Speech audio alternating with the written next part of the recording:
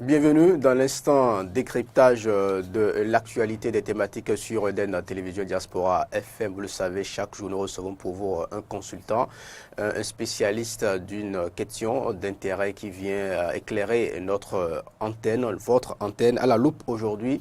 Le thème, c'est bien la gestion de l'énergie électrique au Bénin. Des surprises attendent des Béninois. De quelle surprise s'agit-il? Élément de réponse dans ce numéro de Fait Croisé. Peggy Dovik Dagba, bonjour. Bonjour à vous, tranquille à 4 Bélentin, chers amis téléspectateurs et auditeurs, bonjour. Combien de personnes n'ont-elles pas appelé de leur vœu le journalisme d'investigation, histoire d'aller quand même au cœur des choses, révéler vraiment la spécificité de différents aspects des questions urgentes de notre société, de l'heure notamment. Et bien sûr, vous êtes servi puisque au Siwa, ce groupe a permis quand même à certains journalistes béninois de pouvoir investiguer sur différentes questions brûlantes de l'heure, je le disais tantôt, et Olivier Alotchema, notre invité de ce jour, est le tout premier à venir faire un peu une sorte de restitution de ces travaux d'investigation sur ce plateau de Fer Croisé aujourd'hui. Olivier Alotchema nous parlera donc de son constat de la gestion de l'énergie au Bénin et pourquoi il nous dit que eh bien, de grosses surprises attendent les consommateurs béninois. Monsieur Olivier Alotchema, bonjour. Bonjour Ludovic et bonjour à tout le monde. Merci d'être avec nous. Vous avez investigué sur la gestion de l'énergie au Bénin. Dites-nous de vos travaux que vous avez publiés dans le journal pour lequel vous travaillez, événement précis. Nous avons quand même pu lire certaines choses et on a constaté que le Bénin ne produit pas l'énergie. Pourquoi? Ben merci. Le Bénin produit un peu. Hein? Nous avons un besoin actuellement d'environ 250 MW et le Bénin, depuis, disons, mai 2017, en produit environ 141. Donc, il reste un gap de 100 au moins. Bon, et donc, nous en produisons, mais les facteurs de production qui sont mis en place, c'est-à-dire les groupes thermiques, c'est-à-dire l'importation de l'extérieur et tout ça, eh bien, c'est ça qui est coûteux. C'est ça qui est coûteux. Ce n'est pas que le Bénin ne produit pas. Et si vous prenez par exemple le groupe électrogène, on loue les groupes. Mais lorsque nous devons par exemple produire à Porto-Novo, à Natitengo et à Parakou, quand on doit en produire, eh bien, le combustible seul peut représenter 2 à 3 fois les autres intrants. Vous voyez, en termes de coût, le combustible, ou plutôt le carburant seul. Ce qui permet de produire. Voilà, de produire. Parce que c'est l'élément le plus important même dans la production de l'énergie thermique. Vous voyez. Donc, ça fait que durant ces 20 dernières années, mon enquête a porté sur les 20 dernières années, depuis, disons, 1997 jusqu'à aujourd'hui, les gouvernements successifs ont choisi d'utiliser les groupes qui pompent les finances au lieu, par exemple, de tabler sur le barrage électrique qui est, bien sûr, dont la construction est lourde, mais en termes de maintenance et en termes de durée, c'est largement profitable à long terme. Voilà. Une clarification. Oui, vous avez dit que le Bénin produit l'énergie électrique. Oui. Vous faites allusion à l'utilisation des groupes électrogènes pour et là, ce n'est pas une production nationale. On va acheter les groupes électrogènes pour produire de l'énergie. Oui, en 1998, le Bénin a été obligé d'acheter ses premiers groupes, enfin des groupes, depuis la conférence nationale, c'est pratiquement la première fois que le Bénin, en 1998, avait été obligé, à cause des délestages de cette année-là, qui ont été vraiment sévères, le Bénin avait été obligé d'acheter des groupes qui ont été installés, l'un à Cotonou, parce qu'on est l'autre à Parakou. Et l'autre à Parakou. Si vous le savez très bien, vous le savez sans doute, la CEB, c'est la communauté économique, électrique du Bénin. C'est ça qui gère tout ce qui est énergétique entre le Togo et le Bénin depuis 1973. Donc c'est donc la CEB qui avait acheté ce groupe-là. Donc depuis ce moment, nous on produit du courant chez nous. Et ensuite, en 2004, vous savez, on a acheté des groupes, les groupes SIF, qui ont été installés à Nati Tengu, Parakou et Porto Novo. Et après, on en a acheté aussi en 2008.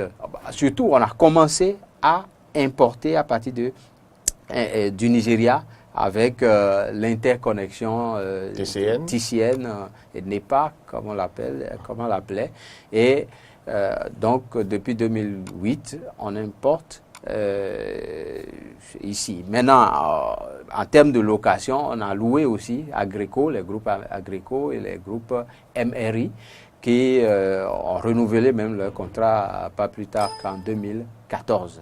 Donc, si c'est la production, nous en produisons, mais très peu, parce que c'est plus profitable d'en importer que d'en produire sur place. C'est un paradoxe. Comment comprendre ça? Voilà. On en importe, c'est plus profitable. Et l'autre chose, puisque dans votre livraison, dans vos travaux, vous avez pu faire un peu la genèse de ce qui s'est passé à l'aune du délestage. Et comment comprendre que depuis ce temps, on n'est pas fait de l'option de construire un barrage hydroélectrique. Ça fait quand même 20 ans que ce problème-là se pose. Et aujourd'hui, on importe l'électricité. Et vous nous dites que c'est un coût plus heureux pour nous si on importe. Oui, bon, si on compare les prix que font, par exemple, les sociétés qui nous vendent de l'électricité depuis le Nigeria, je ne prends que le cas du Nigeria, par exemple, la TCN nous livre le kilowattheure à 58 francs CFA le kilowattheure. Et dernièrement, en décembre 2016, le gouvernement a signé un contrat avec Paras Énergie, qui est toujours une société nigériane qui nous vend la même énergie à 64,35 francs CFA le kilowattheure. Or, un seul groupe produisant ici, vous voyez déjà, c'est 150 à 200 francs. C'est plus du triple du prix. Donc, le kilowattheure produit localement, ça fait environ 150 à 200 francs. Ça revient plus cher. Largement plus cher. Alors que ce qui est importé, eh bien, c'est à 64 francs pour Paras Énergie.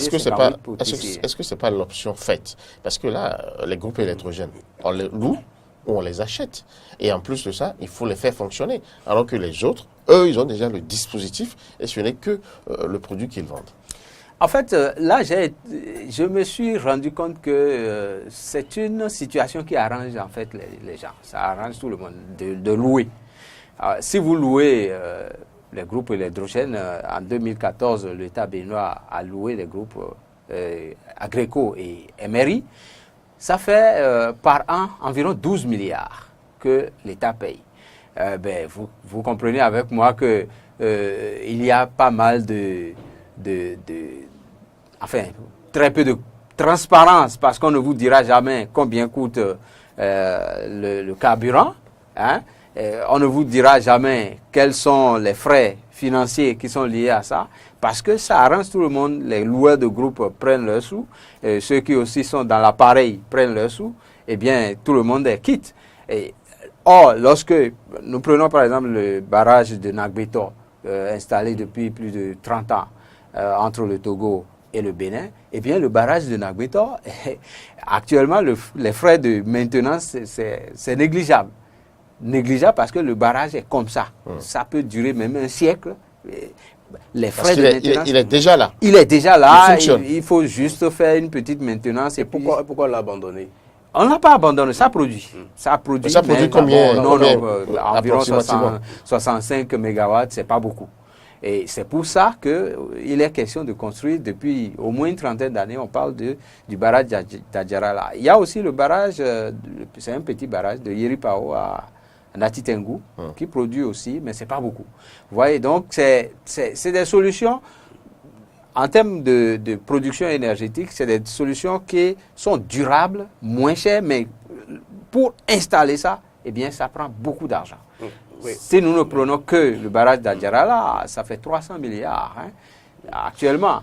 Mais on a entendu quand même le régime défunt, le régime du président Boni Yayi, dire que son objectif c'était de réaliser. Ils ont d'ailleurs commencé à travailler pour la réalisation de ce barrage-là.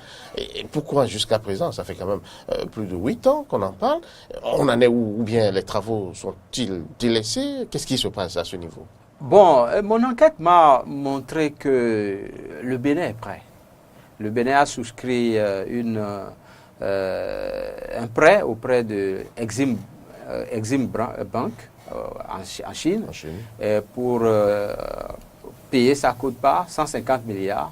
Mais l'année dernière, comme vous le savez, lors du vote de la loi des finances au Togo, le gouvernement togolais était confronté à quelque chose de tout à fait banal.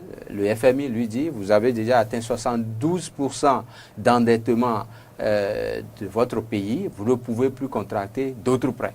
Donc le Togo qui devrait payer 150 milliards pour participer à l'opération. Parce que c'est un projet commun aux deux pays. Forcément, c'est un projet commun.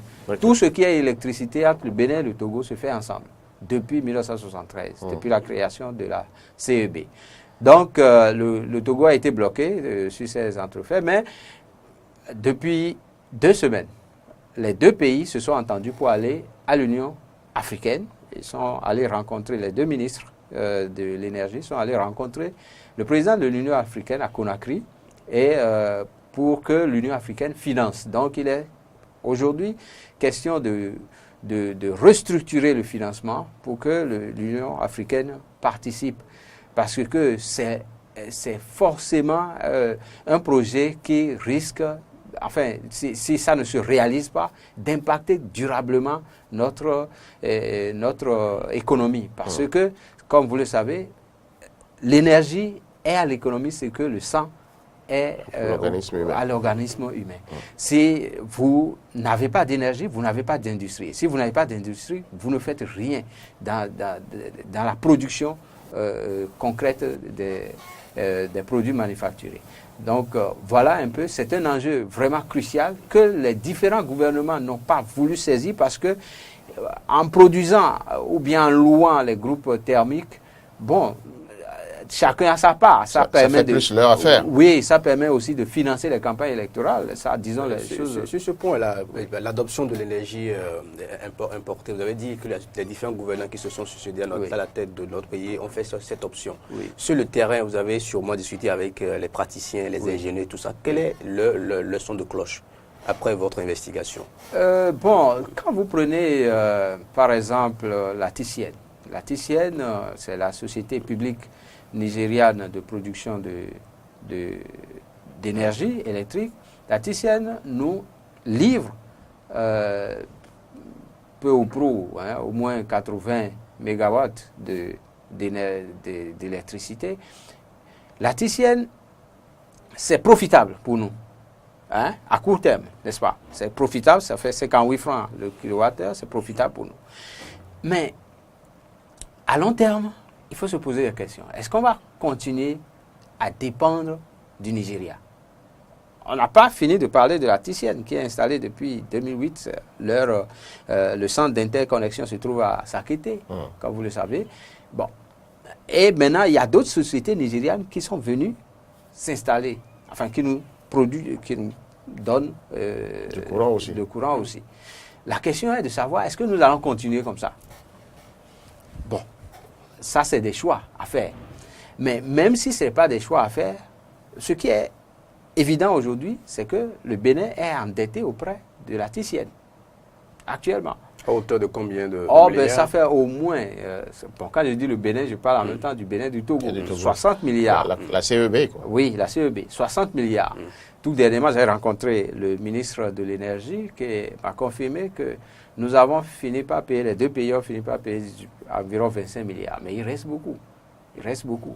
De sorte que si nous ne payons pas, de temps en temps, la TICIEN coupe et vous allez entendre qu'il y a des délestage. Alors que concrètement, c'est parce que on n'a pas payé et donc on n'a pas une autorité on n'a pas une véritable autorité pour pouvoir dire à la TCN, vous ne respectez pas vos engagements en termes de fourniture, en termes de respect du contrat. Donc, mais qu'est-ce qui explique ce non-paiement de la part des deux États? Le ministre vous en a dit un mot? Bon, on vous dira que c'est les déterminants économiques, on n'a pas les moyens, etc. Il y a d'autres impératifs, surtout que c'est des négociations entre États, hein, que cela s'est fait. Donc, de toutes les façons, on va vous dire que ça va se payer, etc. On a accumulé ça comme ça. Même la SBE aussi, on a accumulé les dettes.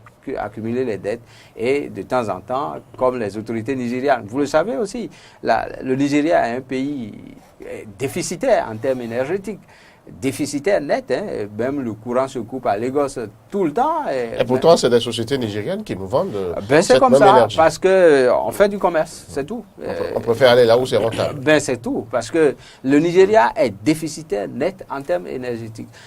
Quand vous prenez certains responsables béninois qui vont à Sorok, le palais présidentiel d'Abuja, ils vous diront que, bon, en plein travaux comme ça, le courant se coupe au palais présidentiel d'Abuja.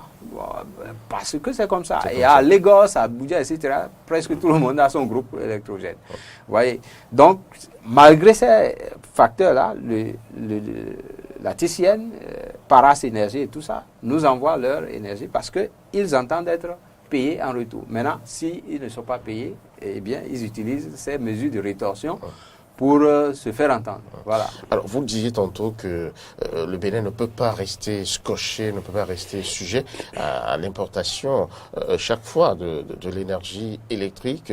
Et cela vous amène à parler de politique générale de l'État en matière d'énergie, de politique à petits pas, de politique de petits pas. Pourquoi vous le dites? Politique de petits pas, c'est une politique qui est centrée sur les préoccupations immédiates. C'est-à-dire, il n'y a pas une prévision à long terme. Hein. Il y a peut-être des travaux qui ont été faits, mais jamais mis en œuvre. Il y a des comités, des commissions, etc., qui ont travaillé aussi bien au niveau de la CEB que de l'État béninois, par exemple, même togolais. Des commissions qui ont travaillé, qui ont dit, bon, pour nous rendre vraiment indépendants, entre griffes, il faut qu'à tel moment, nous puissions installer tel barrage, tel groupe, etc. Mais cela ne se fait jamais. On attend les délestages et pour pouvoir installer les solutions précaires, c'est-à-dire les groupes. Et comme vous le savez, ça arrange tout le monde parce que, bon, je l'ai dit tout à l'heure, la gestion même du combustible, si je ne prends que cet aspect-là, la gestion du combustible est suffisamment opaque. Ça se gère entre le ministre des Finances et le ministre de l'Énergie et jamais vous ne pourrez voir quels sont, à quel taux le pétrole a été acheté, etc., etc. Donc, vous voulez dire qu'à ce niveau, vous avez cherché à savoir et franchement, c'était le blackout? Mais même si vous avez l'information, vous êtes convaincu qu'il y a quelque chose qui s'est passé. Il y a des choses que je ne peux pas révéler ici, que j'ai apprises, qui me montrent clairement que la gestion, par exemple, des combustibles, dans le cadre des groupes ça coûte combien quand même comme ça en termes de chiffres? Non, c'est des centaines de millions par an. C'est des centaines de millions que l'État béninois est obligé de débourser pour que nous puissions avoir du courant. Vous voyez? Et ce qui est le plus important, c'est que c'est le ministère des Finances, c'est le ministre des Finances qui, en tout cas jusqu'à tout récemment, peut-être que les choses vont changer, je ne sais pas, et c'est mon souhait en tout cas, c'est le ministre des Finances et le ministre de l'Énergie qui s'entendent et qui payent la facture. Qui gèrent ce et côté-là. souvent même le DGSBE n'est pas... Vous insinuez simplement que la corruption sur toute la ligne a gangréné, tout à fait. tout le système. Oui, et c'est ça là qui fait que la politique des petits pas arrange tout le monde. Ça arrange les décideurs. Bien sûr, c'est l'État qui paye, donc bon, nous on va rester là à vociférer, à crier. Les consommateurs vont sentir que on nous prive de courant, on va dire délestage, ça va durer peut-être 1 mois et on va venir vous dire pour que la situation se stabilise, on a besoin de payer tel nombre de milliards. Si on vous dit ça, vous allez accepter facilement. C'est ce qui s'est passé, par exemple. Bon, je vais peut-être vous dévancer sur ce terrain-là. C'est ce qui s'est passé, par exemple, en 2004. En 2004, il y avait délestage au nord, dans le septentrion, délestage sévère, parce que les groupes prévus étaient en panne. Bon, tout simplement, le ministre est resté dans son bureau, a réuni quelques cadres et a décidé, bon, on achète les groupes. Et c'est là qu'on a trouvé les groupes SIF. D'accord. Les groupes SIF. Et si vous imaginez ce que ça a donné, 16 milliards qu'on a été obligé de payer, mais ça, c'est la SBE qui a payé ça. Pour combien de groupes? Oh, ben 16 milliards pour produire, à l'époque, c'était, je crois, 60 mégawatts. Et c'est les conditions même d'acquisition de ces matériels qui ont été vraiment bizarres. Avez-vous cherché à savoir, puisqu'on a dit qu'on a déboursé 16 milliards, oui. avez-vous cherché à savoir le montant réel de l'acquisition de ces engins-là? Ben, les groupes SIF, c'était en 2004 que on a fini par concrétiser ce contrat et ça a coûté environ 16 milliards, je l'ai dit. Et on a même mis des commissions. Si vous vous rappelez, à Djaïsika, tout à fait. La cellule de moralisation de la vie publique, tout ça. Et on a mené des enquêtes. Il s'est révélé ceci, tout simplement. Il n'y a pas eu, parce qu'on a parlé du délestage, c'était pressé, urgence, tout ça. Il n'y a pas eu d'appel d'offres. Non, il n'y a pas eu étude technique. Il faut d'abord étudier pour savoir s'il faut vraiment de groupe. Est-ce qu'il en fallait? Ensuite, quel type de groupe fallait-il? Où fallait-il l'installer? On n'a rien eu. Rien. Pas d'appel d'offres. Donc, on a choisi. Tranquillement. On a choisi. L'urgence commandait cette action-là. À cette époque, est-ce que les enquêtes ont révélé qu'à cette époque, c'était peut-être une panne simulée pour créer l'urgence afin de... Peut-être qu'il y avait ça. Il y avait certainement ça. Il y avait certainement ça. Mais la solution était là. Il fallait réparer les groupes de la SBE qui étaient en panne. Et cette option n'arrangeait pas. N'arrangeait pas, voilà, ça n'arrangeait pas ceux qui étaient là. Ça ne permettait pas de faire miam-miam comme le dirait quelqu'un. Bon, ce qui est évident, c'est qu'il n'y avait pas eu d'études techniques préalables. Et mieux, le conseil d'administration de la SBE n'avait pas donné son aval. N'avait pas donné son aval préalable. Il n'avait pas été consulté. C'est bien après que la décision a été prise que le conseil d'administration a dû être mis devant le fait accompli. Vous voyez, conseil d'administration qui est censé être l'instance supérieure même de gestion d'une entreprise, eh bien, c'est 16 milliards. Lorsque le directeur de la société, lui aussi, c'est un politique, il est nommé par l'exécutif. Mais le plus intéressant, c'est ceci. Dans cette affaire des groupes SIF, le plus intéressant, c'est que non seulement on s'est rendu compte après que les groupes n'étaient pas adaptés, d'accord, mais en plus, que c'est la SBE qui devait payer pendant 36 mois. Wow. La SBE devait tout rembourser. Et les banques qui ont été mises dans un consortium pour pouvoir débourser l'argent, les banques ont dit, bon, puisque vous devez nous rembourser, eh bien, vos gros consommateurs là vont domicilier le paiement de leurs factures dans nos comptes. Et résultat, pendant 3 ans, 36 mois, la SBE s'est retrouvée privée d'une bonne partie de des ses factures recettes. Du fait d'une décision politique. D'une décision politique à laquelle elle n'a pas participé, à laquelle son conseil d'administration n'a pas participé. Eh bien, la société a été saignée à blanc pendant 3 ans.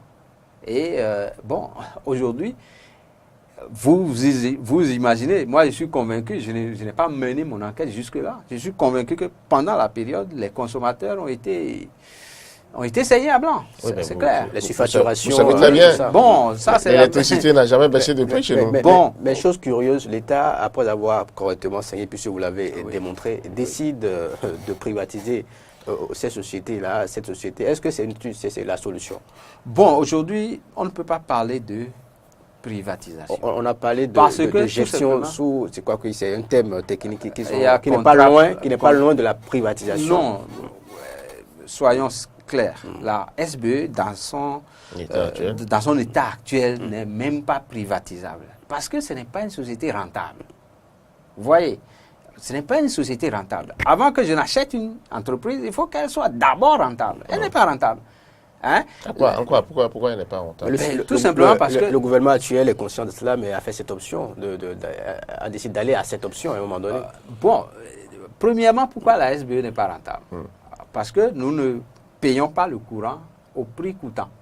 Le courant, normalement, si on doit nous facturer, le prix est au-dessus de ce que nous avons nous pratique actuellement. Pourtant, tout le monde crie déjà. Bon. Donc, c'est connu, quoi. C'est connu, c'est basique. Le minimum, c'est 150 francs le kilowatt. Alors que nous tournons autour de 115 environ pour les trucs. Donc, et en dehors de ça, pour qu'une société soit rentable, il faut au moins que le conseil d'administration soit mêlé à la nomination d'un directeur général. Vous voyez, ce n'est pas ce qui est là actuellement. Donc, celui qui va prendre la SBE va prendre au moins une ardoise de... Vous voyez, la dernière fois, l'État béninois a été obligé de concéder 25 milliards de dettes. La SBE est une société endettée. Elle est très endettée, la SBE. Donc, si vous prenez la société, vous avez tout ce passif-là à éponger. Et c'est pour ça que je dis, parler de privatisation, c'est un peu trop dire. L'État ne peut pas privatiser une société. C'est un peu comme Bénin Télécom. L'État béninois a cherché par tous les moyens à privatiser Bénin Télécom, mais il s'est rendu compte qu'il n'y a pas eu de repreneur. Ceux qui veulent s'engager posent tellement de conditions. Parmi les conditions, par exemple, que si mes souvenirs sont bons, Orange avait posé, c'est de prendre la société à 0 francs à l'époque. 0 francs. Et de prendre... Tant d'investissement. Oui, de prendre la société plus une autre société encore à 0 francs. Et la SBE risquait donc d'aller à ces conditions. C'est pour ça que le MCA qui investit actuellement dans le secteur a exigé que la gestion soit un peu moins politisée, donc dépolitisée totalement et séparer la SBE de l'État central. Justement, par rapport à cette politisation, comment l'avez-vous noté? Parce que vous dites que c'est la politique pratiquement qui fragilise la SBE et la CEB. Bon, alors, quand vous prenez... Je prends un cas. En janvier 2015, le président Boniaï, à l'époque, était allé à Sédjedénou pour participer à la célébration d'une messe pour l'évêque, l'archevêque de Cotonou, Antoine Gaye. À la fin de la messe, il prend la parole, il dit, bon, d'ici 3 mois, je crois, d'ici 3 mois, il y aura le courant à Sédjedénou. C'est dans la commune de Zé. Alors, 3 mois, 6 mois, 1 an après, rien n'était concrétisé. Il va, en janvier 2016, il va à Sédjedénou, lors de la campagne, tout ça, et il se rend compte qu'effectivement, il n'y avait pas encore ce qu'il avait promis à la population. Il sermonne, comme il se doit, le DG SBE, qui à l'époque était de Zé. Et pourquoi? Parce que la SBE n'avait pas les moyens. Il fallait mobiliser 600 millions. La société n'a pas les moyens pour ça. Et on a tourné, on a pu récolter un peu de sous et on a fait. Le jour de cette inauguration, c'était en mars 2016, il n'y avait pas le courant. On est allé amener un groupe quelque part, on a caché ça, et puis on a allumé, on a fait cérémonie, tout ça. Vous voyez? Et après, on s'est joué du peuple. Bon, on a coupé, et puis bon. C'est vrai qu'après, tout ça a été installé. Donc, les décisions politiques qui ont été prises à Séguédénou, on en a multiplié un peu partout dans le pays, comme vous le savez. Et la SBE doit faire face à ça. La SBE, l'État, doivent faire face à tous ces choses. Or, ce n'est pas prévu. C'est des surplus de coûts générés pour la société. Dans le plan de développement de la SBE, ces dépenses n'ont pas été prévues. Si on vous dit qu'à Séguédénou, il a fallu 600 millions, bon, ça ne sort pas de nulle part, ça sort de quelque part. Donc, oui, même lorsque vous installez ça, et que vous dites, bon, payez les factures, à Séguédénou, je ne sais pas combien, la SBE va récolter par mois. Peut-être 100 000, peut-être, je ne sais pas, 200 000. Vous voyez, en termes de factures, vous avez dépensé autant de millions, tant de centaines de millions, pour une société qui paye elle-même ses employés, n'est-ce pas? Qui paye elle-même ses employés, qui en recrute, etc. Vous devez avoir une rentabilité pour pouvoir faire face à ces engagements-là. Donc, une fois que l'État central, que l'autorité politique prend des décisions pour impacter la vie de la société, il faut qu'on en mesure, bien sûr, les conséquences. Et souvent, on n'en mesure pas les conséquences. On a encore, je crois, 3 minutes pour conclure ce décryptage. Qu'en est-il de Maria Gleta? Le Togo récemment a son Maria Gleta bien réussi, mais nous on a échoué. Comment vous l'expliquez? Bon, moi j'ai mené une enquête qui m'a révélé que le Togo n'a pas réussi, contour global, leur centrale, autant qu'on le dit, quoi. Mais le Togo a eu quand même quelque chose. Le Togo a eu quelque chose qui est considéré dans la sous-région comme la centrale à gaz la plus chère au monde. Oui, parce que la plus chère au monde.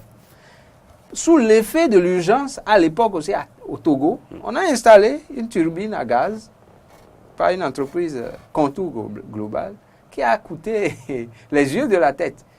Vous voyez, c'est toujours la même chose, quoi. C'est-à-dire, on crée l'urgence, on simule les délestages et on fait saigner les finances publiques. Maria Gleta, c'était pareil. Quand le chef de l'État était arrivé en 2006, il a promis 3 mois, 6 mois après, ce n'était pas fait. Finalement, en 2008, les travaux ont commencé et vous le savez, ça devrait durer au plus 1 an et demi, c'est-à-dire finir en octobre 2009. Mais c'est jusqu'en 2013, soit pratiquement 5 ans après, que le projet a été finalisé. Mais finalisé comment? Vous le savez. On a pu faire juste l'expérience une journée. Bon, était rapidement. En fait, concrètement, Maria Gleta, les frais de gestion, de maintenance seul de Maria Gleta sont exorbitants. Ça coûte combien? Oh, ben, j'ai pas... Nous sommes friands de chiffres. Non, parce qu'on n'a jamais exploité la centrale sur une durée régulière d'1 mois, par exemple. Jamais. Tout à fait. Vous voyez, les carburants, bon, quand je ne prends que les combustibles, le gaz et puis le jet A1, ben c'est hors de prix, on ne peut pas faire face à ça. Le jet A1 seul, là, on ne peut pas faire face à ça. Mais il paraît que le gaz est mieux par rapport au gaz est largement A1. mieux. Le gaz est largement mieux. Mais on n'a pas de gaz. Le gaz devait provenir du Nigeria, un projet qui bon, dans tous les cas, sens. Le Nigeria, enfin, pour faire ça, il fallait les pipelines qui n'ont pas été installés et tout ça, même si ça a fini par être installé, eh bien, le projet n'a pas été finalisé. Résultat, le jet A1 n'est pas trop cher, même si vous ne prenez que, vous enlevez le jet A1, il y a d'autres combustibles spécifiques que la turbine doit utiliser et qui sont tout aussi chers. Par conséquent, l'État béninois a décidé de réadapter la centrale et d'en faire une centrale à gaz qui fonctionne maintenant à base de fuel. Donc, c'est 2 carburants qui peuvent être utilisés. Le gaz, n'est-ce pas, et puis le fuel Donc le processus est en cours et j'espère que d'ici peu, on aura Maria Gleta fonctionnelle. C'est vrai que le site est assez grand, donc ça permet d'abriter d'autres centrales, ce qui est en train d'être fait. J'ai vu à Maria Gleta même que Agreco a installé cette turbine, ces groupes là-dessus. Bon, et d'autres sociétés vont le faire. Mais ce qui est clair, c'est que cet investissement de 46 milliards, c'est allé comme ça. C'est allé comme ça. C'est allé comme ça ou c'est quelque part? Le ministre affirme que c'est un fiasco total et que les gens ont détourné. Bon, j'attends de voir. Oui, mais si le ministre le dit, ça veut dire qu'il doit quand même chercher à savoir. Et ça veut dire qu'on doit s'attendre à des poursuites judiciaires dans les prochains jours. Oui, comme vous le savez, les autorités actuelles n'ont pas voulu, fouiller dans ce passé-là. Mais depuis pratiquement 3 semaines, le Parlement a mis en place une commission parlementaire pour pouvoir investiguer sur le sujet. Donc, en ce moment-là, est-ce que ça va donner lieu à des poursuites judiciaires? Wait and see. Vous avez parlé de surprises désagréables dans votre papier final, dans le journal L'événement précis. De quelle surprise s'agit-il? Parce que les consommateurs... C'est-à-dire que nous allons assister à l'augmentation des coûts de l'électricité? En quelques mots. C'est très probable. C'est très probable. Et c'est même dans l'ordre naturel des choses qu'on assiste bientôt à une augmentation, même substantielle, un peu du courant, des prix. Parce que la SBE, comme je vous l'ai montré, n'est pas rentable. Et pour que la rentabilité puisse exister, il faut au moins que le produit vendu soit vendu au prix coûtant. Tout au moins. Or, le prix coûtant tourne autour de 150 francs.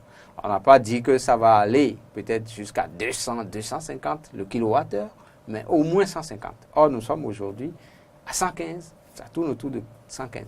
Le dernier réajustement des prix de la SBE, ça date de 2010, sur une durée de 3 ans.